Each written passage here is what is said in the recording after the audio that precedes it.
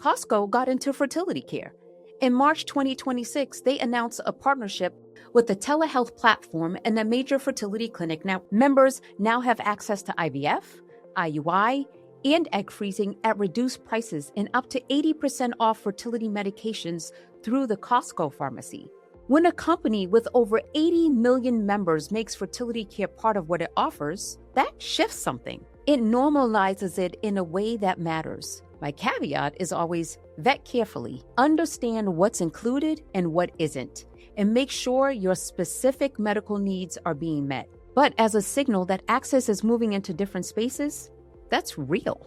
This industry has a trust problem, and it didn't happen randomly.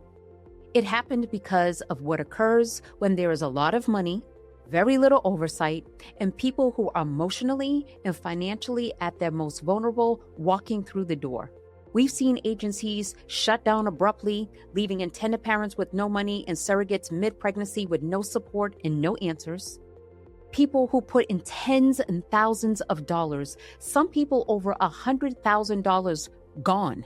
Funds that were supposed to be held safely weren't. When people asked questions about how their money was being managed, they were talked out of their concerns.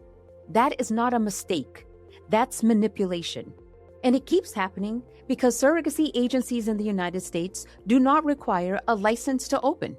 There is no federal standard, no required training, no required background, no required financial structure. Anyone can decide tomorrow that they are running a surrogacy agency. And some people are doing exactly that with very little understanding of what this work actually requires and a lot of focus on the bottom line. Now, I want to be clear about something before I go further. There are agencies doing this the right way. There are people in this industry who have dedicated their careers to doing this ethically and well. I don't want that to get lost.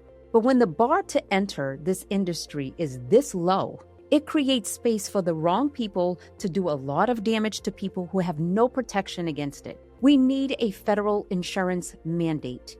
That's what would actually move the needle for most people. Everything else helps at the margins.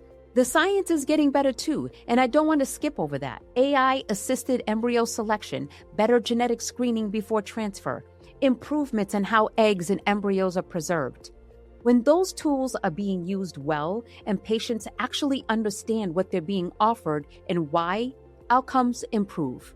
The problem is that too often these technologies get presented as upgrades without patients really understanding what they do and don't tell you. That conversation needs to get better.